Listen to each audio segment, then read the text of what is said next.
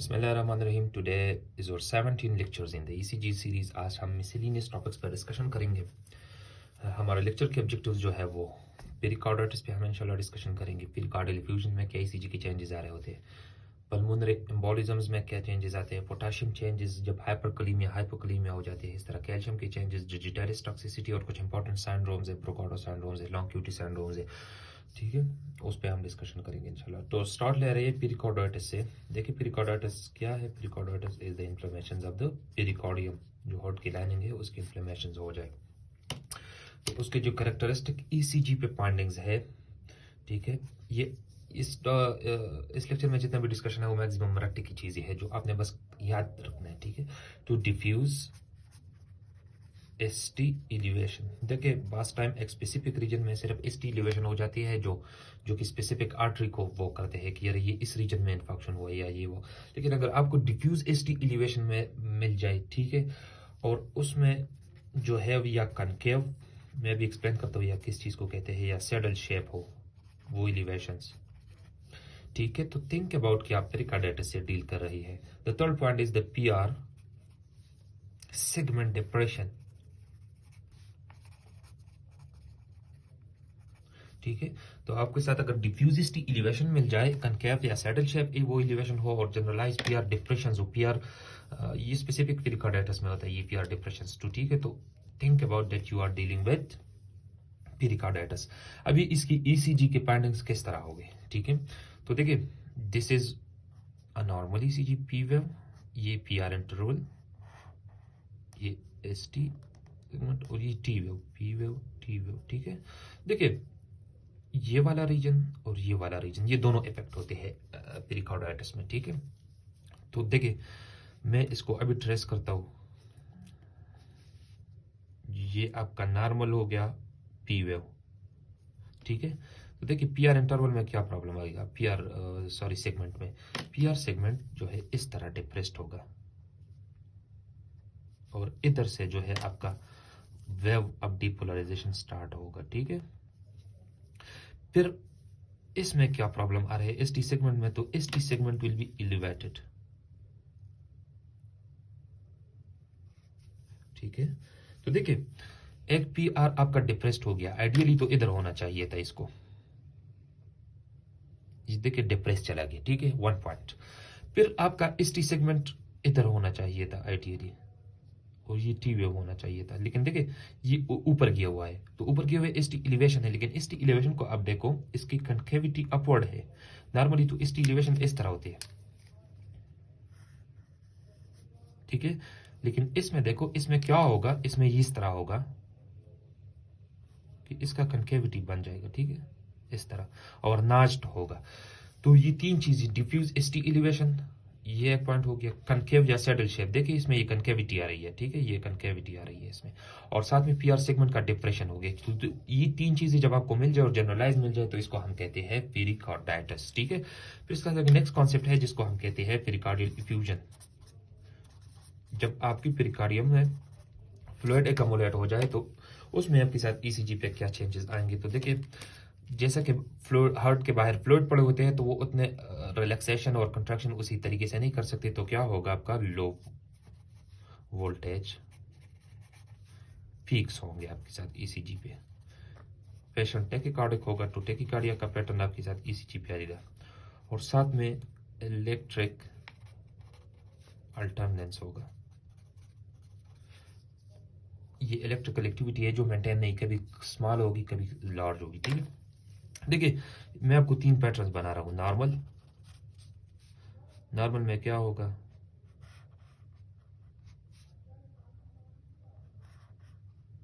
फिर T wave, ठीक है, तो पी वेव टी वेव इस तरह, इस तरह। ठीक है, अभी आपके साथ पेरिकार्डियल इफ्यूजन में क्या होगा, पीई में, ठीक है, पेरिकार्डियल इफ्यूजन में क्या होगा, ये अक्सर ये पी वेव हमें नजर नहीं आ रही, ठीक है,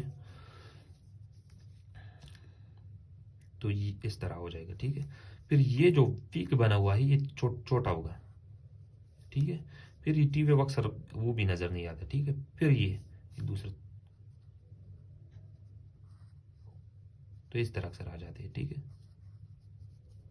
इस तरह का पैटर्न आ रहा है। तो देखिए अभी इसमें क्या चेंज, लो वोल्टेज पीक, अगर इसको हाइट आप इसका ले ले तो इसका पीक जो है वो कम होगा उसके हिसाब से, ठीक है।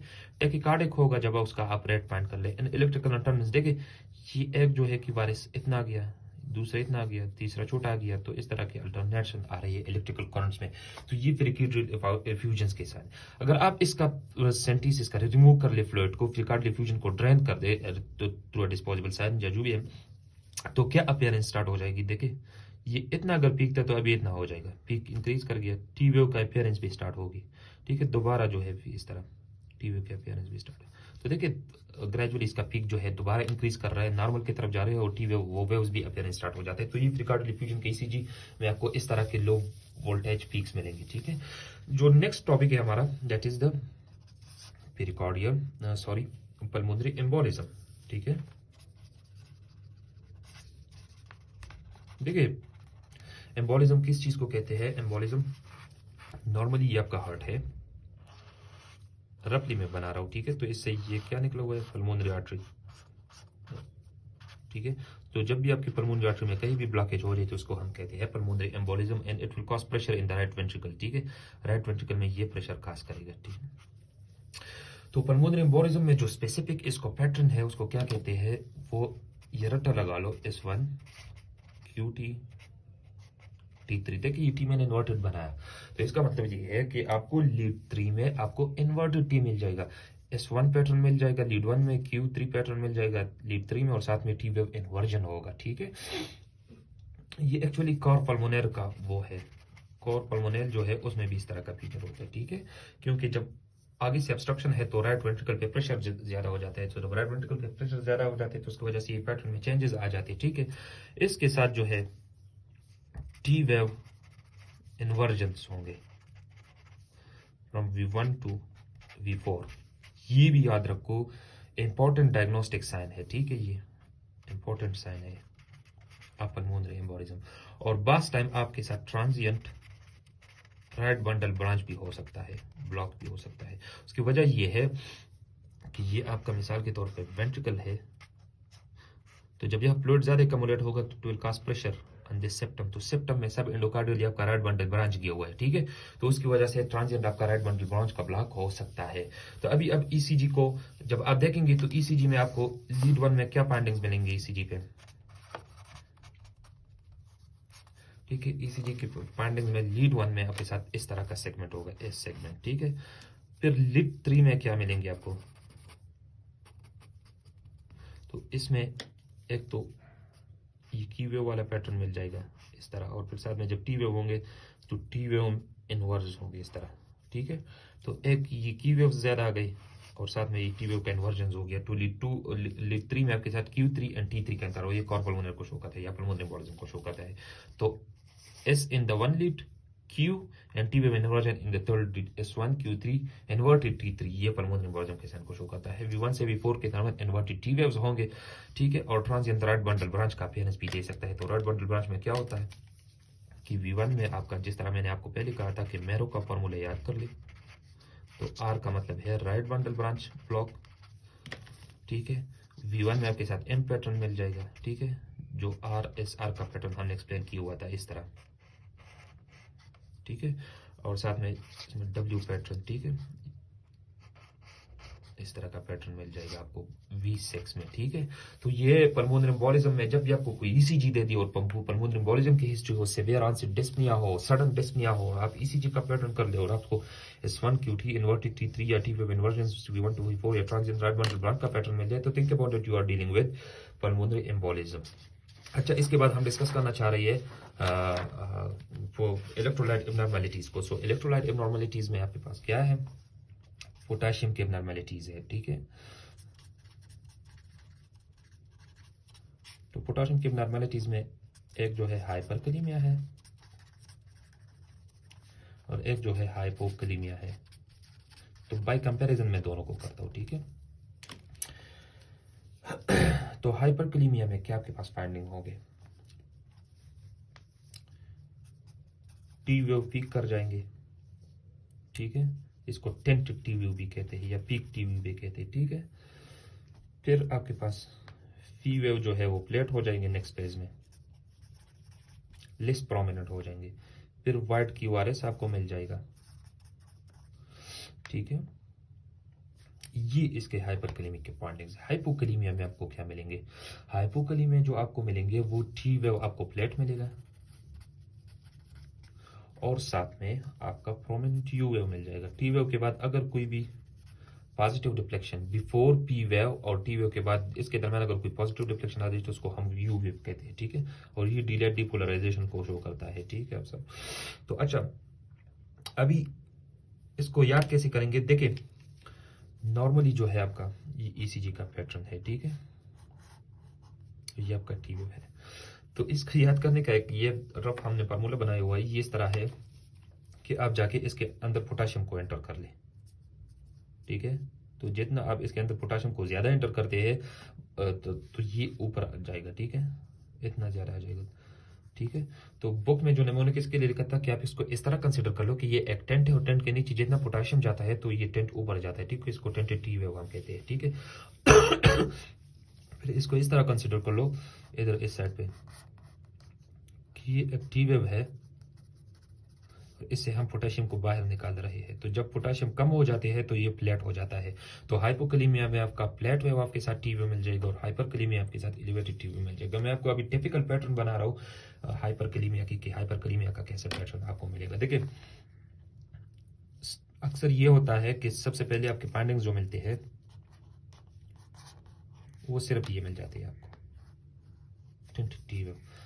नेक्स्ट पेजेस में आपके साथ क्या फाइंडिंग्स आ सकती है? ये आपका नॉर्मल हो गया सेगमेंट, ये पी वेव हो गया, देखिए पी वेव फ्लैट हो गया, ठीक है। फिर आपको एक ब्रॉड QRS मिल गया, ठीक है। फिर ST सेगमेंट हो गया, फिर जो आपका टी वेव जो है वो पीक कर जाएगा, ठीक है, इस तरह। तो देखिए आपको 3 पॉइंट्स मिल गए। टी वेव टेंटेड पॉइंट 1, ठीक है। Flat wave P wave flat हो गया आपका, ठीक है, 2.2 और वाइड QRS 2.3, ठीक है। तो 1 2 3 3 पॉइंट्स है। टी वेव फ्लैट्स हो जाएगा, P wave T wave tented हो जाएगा, पी वेव फ्लैट हो जाएगा और वाट QRS। ये तीन चीजें जब आपको मिल जाए तो हाइपरकलीमिया के बारे में सोचे। इसका ईसीजी का पैटर्न कैसे होगा? देखिए ये पी वेव आपका हो गया, ये आपका QRS हो गया, ये ST सेगमेंट हो गया। इसमें टी वेव कैसे आएंगे? नॉर्मली तो इधर होना चाहिए था ये वाला टी वेव, लेकिन इसमें इस तरह आएंगे, बस कुछ भी नहीं होगा ऑलमोस्ट। और इसके बाद एक पॉजिटिव रिफ्लेक्शन आपको मिलेंगी, तो वो यू वेव होगा, ठीक है। और ये क्या शो किया? Flat T wave. तो ये हाइपरकलीमिया और हाइपोकलीमिया की बात थी, ठीक है। अच्छा अभी हम कैल्शियम को डिस्कस कर रहे हैं। कैल्शियम में आपको क्या फाइंडिंग्स मिलेंगे? तो कैल्शियम की नॉर्मेलिटीज जो है वो हाइपोकलीमिया और हाइपोकलीमिया। देखिए एक बात याद रखिए कि calcium is required for what? For depolarization, repolarization, दोनों के लिए कैल्शियम की जरूरत होती है। तो जब भी आपका कैल्शियम लेवल ज्यादा हो जाए, इंक्रीज कैल्शियम, तो आपके क्या हो जाते हैं? कार्डियक एक्टिविटी इंक्रीज कर जाती है, ठीक है। तो इंक्रीज कार्डियक एक्टिविटी के साथ increase depolarization and repolarization. Depolarization भी बहुत जल्दी होगा और रिपोलराइजेशन भी बहुत जल्दी होगा, ठीक है। तो इसी वजह से आपका जो QT, इसमें कैरेक्टरिस्टिक फीचर क्या होगा कि आपका जो QT सेगमेंट है, QT इंटरवल है, ठीक है, स्पेसिफिक, वो जब आपका कैल्शियम इंक्रीज होगा तो इंक्रीज कैल्शियम तो QT शॉर्ट होगा क्योंकि जल्दी जल्दी हो रहा है। और जब आपका कैल्शियम डिक्रीज होगा तो आपका डिपोलराइजेशन और रिपोलराइजेशन ज्यादा टाइम लेगा। तो जब वो ज्यादा टाइम लेते हैं तो आपका QT इंटरवल क्या होगा? लॉन्ग होगा, प्रोलॉन्ग होगा। तो ये इसके कोरिलेशंस थे, याद रखो, ठीक है। कैल्शियम जब ज्यादा होंगे तो डिपोलराइजेशन और रिपोलराइजेशन ज्यादा होगी, जल्दी होगी। तो जब जल्दी होगी तो इंटरवल्स ईसीजी पैटर्न पे छोटे छोटे बनेंगे, ठीक है। मैं आपको ड्रॉ कर रहा हूँ अभी कि किस तरह बताइए। नॉर्मल पी वेव, देखिए इस इंटरवल को इधर से स्टार्टअप QRS से लेकर इसको क्या कहते हैं? QT interval. नॉर्मली ये कितना होना चाहिए था? Normal QT interval should be less than half of cycle. ये जो एक साइकिल हो रहा है इसके हाफ से कम होगा, ठीक है। एक पी वेव QRS और टी वेव इसको एक साइकिल कहते हैं, उसके हाफ से कम होगा। ये जब ये प्रोलॉन्ग होगा तो आपके साथ ईसीजी पे कैसे आएगा?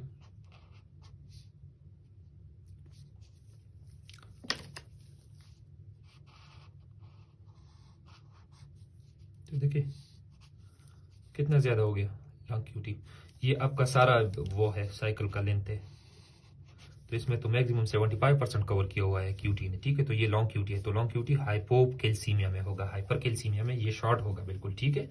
तो ये इसका एक कोरिलेशन है, याद रखो। नेक्स्ट जो है वो हम डिजिटालिस टॉक्सिसिटी डिस्कस कर रहे हैं। बास्ट टाइम पेशेंट को डिजिटालिस की टॉक्सिसिटी हो जाती है, तो आपको ईसीजी पे कैसे पैटर्न वो मिल जाएगा, उसका एक स्पेसिफिक वो है साइन है आपको जो मिल जाता है ईसीजी पे। देखिए ये नॉर्मल ईसीजी है,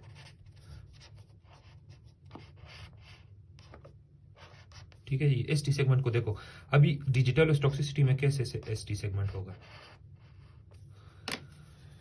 इसको कहते हैं ग्रेजुअल डाउनवर्ड स्लोपिंग करते हैं, ठीक है। इस तरह होगा, ठीक है, और फिर टी बन जाएगा, ठीक है। तो ये वाला एसटी सेगमेंट जब आपके साथ आ जाता है, तो देखिए ये इसको सोल्वेडर डेलिस मोस्टेचिस भी कहते हैं, ठीक है।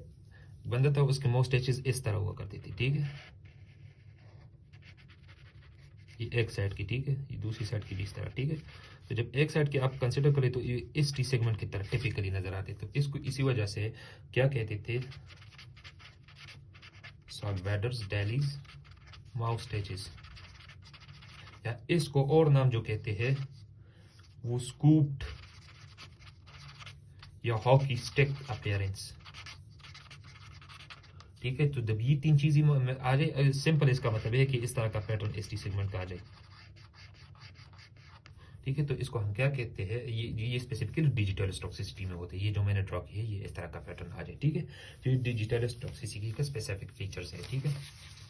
अभी हम डिस्कस करना चाह रही है कुछ 3 इंपॉर्टेंट सिंड्रोम्स है, ठीक है, वो डिस्कस करना चाह रहे हैं, क्योंकि अगर उसको अर्ली स्टेज पे आप डिटेक्ट कर जाए तो वो लाइफ सेविंग है। तो उसमें जो फर्स्ट नंबर है दैट इज ब्रुगाडा सिंड्रोम, देखिए इसमें ज्यादातर चीजें जो है रट की है, बस आपने याद रखना है कि इसमें क्या होगा, ठीक है। तो ब्रुगाडा सिंड्रोम के कैरेक्टरिस्टिक फीचर्स क्या है कि राइट बंडल ब्रांच होंगे आपके साथ, जब आप ईसीजी को देखें और आपको राइट बंडल ब्रांच का पैटर्न मिल जाए और साथ में ST elevation in V1, V2 और V3, तो think about that you are dealing with Brugada syndrome. और ये इसलिए खतरनाक है क्योंकि इरिथमियास को लीड करते हैं और डेथ होता है, ठीक है। तो राइट बंडल ब्रांच का पैटर्न मिल जाए जब आपको, नॉर्मल क्या होता है लीड 1 में, मिसाल के तौर पे V1 में इस तरह का पैटर्न आपको मिल जाता है, ठीक है। लेकिन आरबीबी में क्या होगा, राइट बंडल ब्रांच ब्लॉक में जो है वो आपका एम शेप हो जाएगा, ठीक है, इस तरह हो जाएगा, ठीक है। तो जब ये वाला पैटर्न मिल जाए और ये एसटी सेगमेंट भी साथ में एलिवेट हो जाए नेक्स्ट फेज में, तो जब ये पैटर्न ये आपको आरबीबी शो करता है और साथ में इसमें एलिवेशन क्या होता है, तो देखिए जब ईसीजी पे आपको ये वाला पैटर्न मिल जाए, ठीक है, और साथ में ये एसटी एलिवेशन भी हो इस तरह, तो थिंक अबाउट, और ये V2 में भी होता है और V3 में भी नीचे लीड्स में होता है एसटी एलिवेशन, और साथ में आरबीबी का pattern, think about that you are dealing with Brugada syndrome, और इसको अर्ली डिटेक्ट करना, इसको अर्ली ट्रीट करना जो है वो फर्दर इरिथमियास को जो है प्रिवेंट कर सकते हैं। Next one is valence syndrome, जिस तरह आपको मैंने एंजाइना में भी कहा था कि एंजाइना में आपके V1 से V2 से V4 तक आपके एसटी सेगमेंट के इन्वर्जन्स हो जाती है, साइमेट्रिकल इन्वर्जन्स हो जाती है, सॉरी टी वेव की इन्वर्जन्स हो जाती है। लेकिन जब स्पेसिफिकली आपकी टी वेव इन्वर्जन जो है आपको सिर्फ V1 और V2 लीड में मिल जाए, तो इसको हम क्या कहते हैं, इसको हम कहते हैं वेलेंस सिंड्रोम, ठीक है। और ये किस चीज की साइन है, इंटीरियर डिसेंडिंग आर्टरी के स्टीनोसिस, जो लेफ्ट एंटीरियर डिसेंडिंग आर्टरी है, जब उसकी स्टीनोसिस हो जाए तो वो शो करता है V1 और V2 में आपके साथ टी वेव की इन्वर्जन आ जाएंगी, ठीक है। तो इसको भी ट्रीट करना जो है वो लीथल एरिथमियास को प्रिवेंट करते हैं। The next one is the long QT syndrome, जैसे ऑलरेडी हमने कैल्शियम में कहा कि क्यूटी हाइपोकैल्सीमिया में प्रोलॉन्ग होगा, हाइपरकैल्सीमिया में क्यूटी शॉर्ट होगा। मैं फिर से इधर रिपीट कर लूं कि क्यूटी इधर से स्टार्ट लेके इधर तक इसको क्यूटी कहते हैं। तो बाद ऐसी कंडीशंस होते हैं जिसमें क्यूटी लॉन्ग हो जाता है, उसको लॉन्ग क्यूटी सिंड्रोम्स हम कहते हैं, ठीक है। तो इसको अर्ली ईसीजी पे डिटेक्ट करना, ठीक है, जो है क्योंकि इट्स लीड्स टू टॉर्सेट्स डिफॉन्टीज, जिस तरह हमने इरिथमियास के लेक्चर्स में कहा था, वेंट्रिकुलर और that lead to ventricular fibrillations. So long QT से आपके at the end ventricular fibrillations बन सकते हैं, तो लॉन्ग क्यूटी सिंड्रोम को आपने डिटेक्ट करना है। तो ईसीजी पे जब भी आप देखें तो आइडियली मैंने कहा कि QT interval should be less than half of circle normal cycle. तो जब इससे ज़्यादा हो जाएगा, आप इसको रफली एस्टिमेट कर लें, तो इसको हम लॉन्गिविटी कहते हैं, ठीक है। और यह बना के इसको डील करना पड़ेगा। तो इससे हमारे मिसलिनियस टॉपिक्स खत्म हो गए, ठीक है। होप कि आपको ईसीजी की समझ आई हो। जो भी समझ नहीं आई हो तो you can contact me. Thank you.